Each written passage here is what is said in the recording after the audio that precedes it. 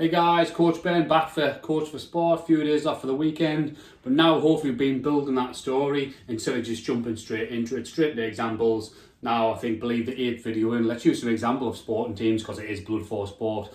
Who was it developed for, who was it tested on, and how we're using it now. So hopefully I've built a picture about pro-inflammatory omega-6s, anti-inflammatory omega-3s, and what things we need to look for when we are buying them. Like if you are buying omega-3 and it hasn't got polyphenols with it, it's not simply going to work. We know that because we tested near on 800,000 people right now, including elite sportsmen, all the way up to the Premiership and beyond. So let's use some examples today then. So going all the way back to 2009, I believe, one of the Norwegian teams, Lillestrøm, they tracked them over overall season. Well, what did they do first? Well, they tested all of their 6-to-3 ratios because we know that's important.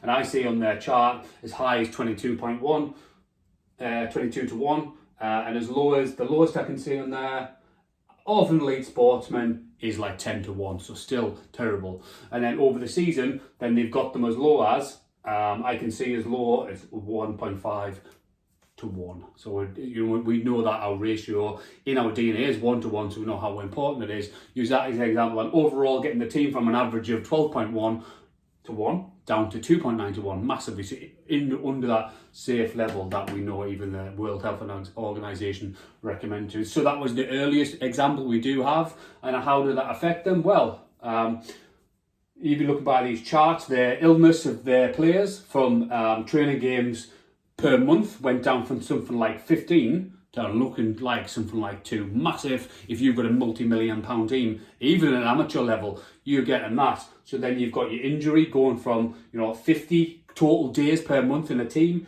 down to 20, 21. So again, over half. And then if you put that to complete total, their team players missed less, 60% less. So if you've got a team, whether that's amateur or elite level, and they're missing more than 50% of the games, then you've got a problem. If we can reduce that by getting tested, because I know they're going to fail at 97% of the population do, even up to our elite level, something I had like sponsored 20 athletes in the Tokyo Games. One of the athletes that we sponsored won the downhill skiing, for example. And at the beginning, they had terrible good results as well. Just because you're fit doesn't mean you're healthy on the inside. If we can get you a healthy at a cell level now we've been talking about, then we're going to see massive changes. Use these elite sportsmen. There's a few more other examples in there, but it's all down to our food chain, isn't it? Yeah, we should know that we should eat a lot of fruit and vegetables every day, and let's use our mid-Victorian counterparts who had 10 fruits and vegetables per day. But actually, what is the problem? We can still try to do that now, but from then to now, 150, 170 years, we've had a massive shift in the polyphenols in our food because we don't have them heritage fruits and veg anymore. We've bred them out. We've got different breeds of fruits and veg, and now things like wheat as well. So we've actually changed, and the polyphenol amount has gone down by 90%. Remember, that's what is our nature's antioxidant, what's protecting it. And that's why, as a company, we put polyphenols in with omega-3 to make sure it works. So that's the last key point. If you are buying them, go check them. If it doesn't say that in the back, then it's just simply not going to work. So there's some examples of how we can use that in elite sports. That's these are sort of 2009, 2011, 2017, some of the examples on there. But now in 2022, something like 5 Premiership teams involved.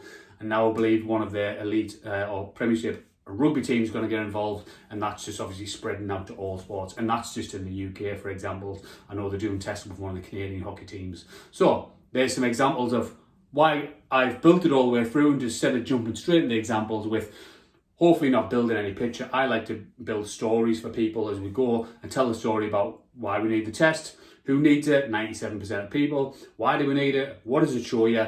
And here's at the elite level, because this is a Blood for Sport channel. So if you do have a team, or you play on a team, and you've got any doubt and you want to be able to recover faster, go and buy this, more than 60%, cutting them injuries down, then it's a great way to look at that. Then obviously we could get you tested. Awesome guys, really hope that's helped today, breaking down our picture, how we're helping elite sportsmen and have been since 2009. And they were the people at the time that all the scientists used to cite medical papers and stuff. So exciting stuff. Cheers guys.